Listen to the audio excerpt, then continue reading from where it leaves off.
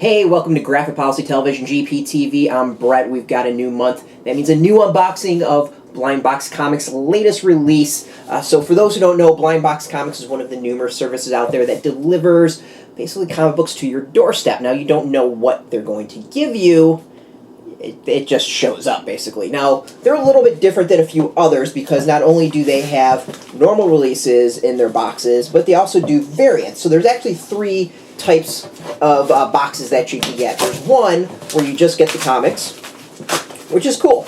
If you just like seeing random comics show up and you don't know what you're going to get, it's a great service to pull that off and do that. The other is the variant. So you get a variant comic delivered to you. They tell you like what the variants are, and that's about it. But what's really kind of neat about their variants is that there's multiple variants. So there's a kind of one that the majority are probably going to get, then there's one that's a little bit rare, and then one that's even rarer than that. So on top of randomly getting comics, you can randomly get some really, really cool rare variants. Now, last month we had our second one because technically we did the Kickstarter. So while it was their first kind of official month, it was really their second month. There was a Teenage Mutant Ninja Turtle variant in it, which was pretty neat. This month, let's open up. We're going to see what we got. So it's a kind of smattering of different comics. We're going to go one by one and talk about them. We're going to start right here with Boom Studio Snowblind. So first things off, I can see the comics sitting in front of me. You can't. There's a wide variety of them. So we've got Snowblind. Snowblind's by Boom Studios. Really, really a good first comic. I liked it a lot. It's a cool mob comic. They're in Alaska. There's like a teenager who doesn't know why they are. They're clearly in witness protection. Really neat crime comic. I highly recommend it. I feel like it's the second issue came out so far. Third one should be out like any day now. Obviously by Ollie Masters and Tyler Jenkins. It's a first issue, so we got number one to check out.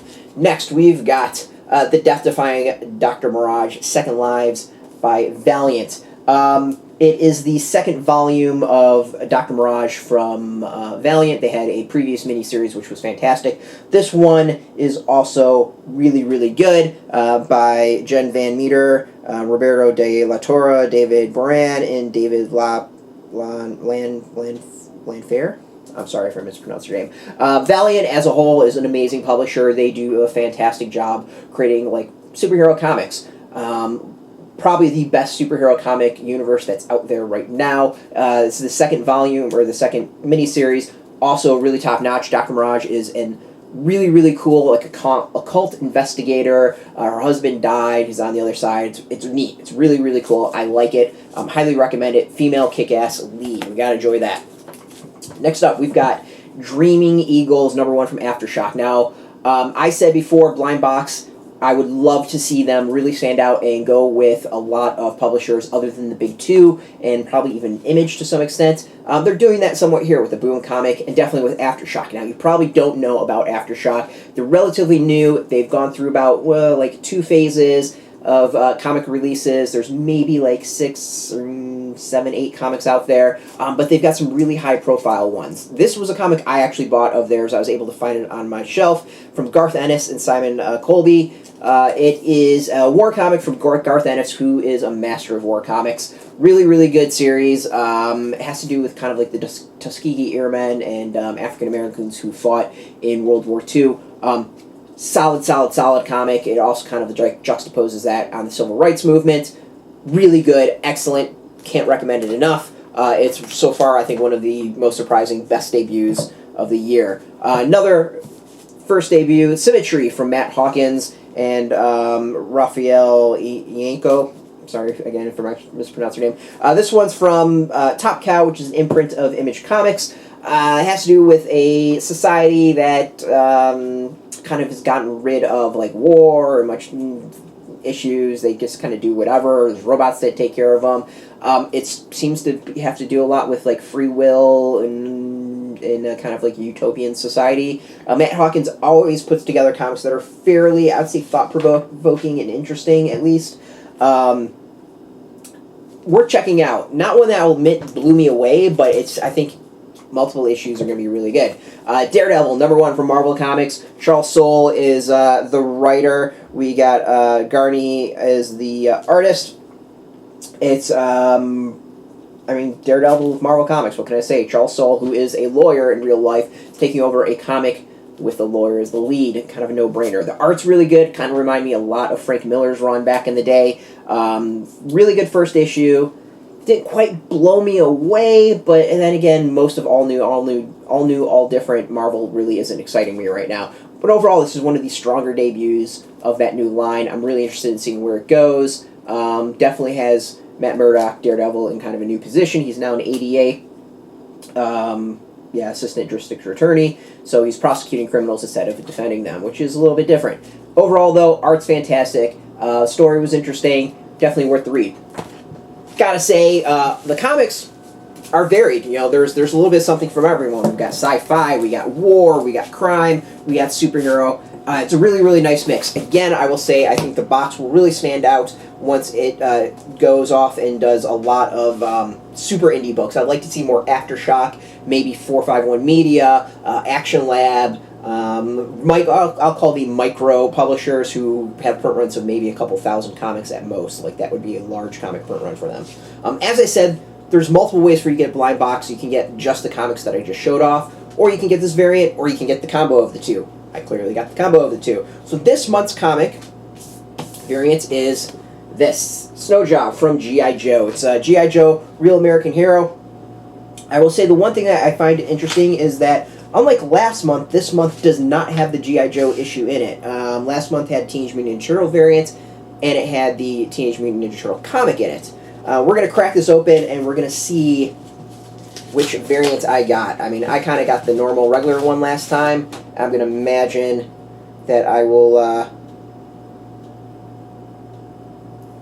well, that's kind of cool. So this... I don't know if this is normal, so... 3 different... well, that's pretty cool. So, there is the normal version. There's 3 different covers this month. There's a color edition that has 1,000. There's a black and white of 500 and a gold logo. Each edition of 100. All blind variant orders are randomly filled. Zach Howard was kind enough to sign several copies of each for us. This looks to me, this would be the 1,000 color edition, but Zach Howard has a nice autograph right there. So there's a certificate of authenticity in it, which is really, really cool. It was autographed by Zach Howard on 1/3/2016. So it looks like I did get something a little bit rarer, not just getting the G.I. Joe Real American Hero issue 221 in it, the Snow Job trading card by Zach Howard. I also got the autograph, which is really, really cool. Bonus. Kind of random. They really have no idea who I am. When I have talked to them in the past, I've kind of go through the site, so I doubt they've put 2 and 2 together. At least I hope they haven't put 2 and 2 together. It is because I really want, be treated like everyone else. So, looks like I got the autographed copy, which is really, really neat. Bonus, I guess, sweet. I'm digging it. Next month, they said that they have an exclusive variant covered by Jay Lee. I don't know if that's been revealed yet as to what that is, but when it is, we'll, of course, cover it. So, Blindbox Comics. As I was saying before, if you really, really like individual comics, this is a pretty neat service so far. You're getting a whole bunch of #1s. Of these new #1s purchased, I've read this one, have a digital copy. Read this one, have a digital copy. Purchased this one. Digital copy, purchase this one. So it's lining up to my tastes and interests. As I said before, if you're buying tons of comics like me, probably might not be your best service. I think for the average person though, who wants to maybe check out some stuff that's new, so far this has been pretty good. I'm digging it. It's usually like a month or 2 behind, so we might have to scramble to get 2nd or 3rd issues. But still, it's a really, really neat idea. I like it. What I really, really enjoy though is, of course, the variants. I'm digging the variants. Even if I weren't to get the big box with all the comics, I would still get at least the variant aspect of it. So thanks for watching. This has been Graphic Policy Television, GPTV. I'm Brett. You can find us every single day at graphicpolicy.com. Of course, we're on Twitter, Facebook, YouTube. This has been the Blindbox Comics release. You can find them at blindboxcomics.com.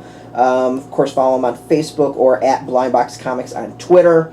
You can use a discount code of 5 off Jan 16 and receive $5 off all orders through the end of January, which is tomorrow. So you'll probably not be able to use that because this might not go up till February. Sorry. Until then, thanks for watching. You can catch us every single day at graphic.policy.com. Of course, we're on Twitter, Facebook, YouTube, all of Graphic Policy, keeping it nice and consistent. Until next time, thanks for watching, and keep it geeky.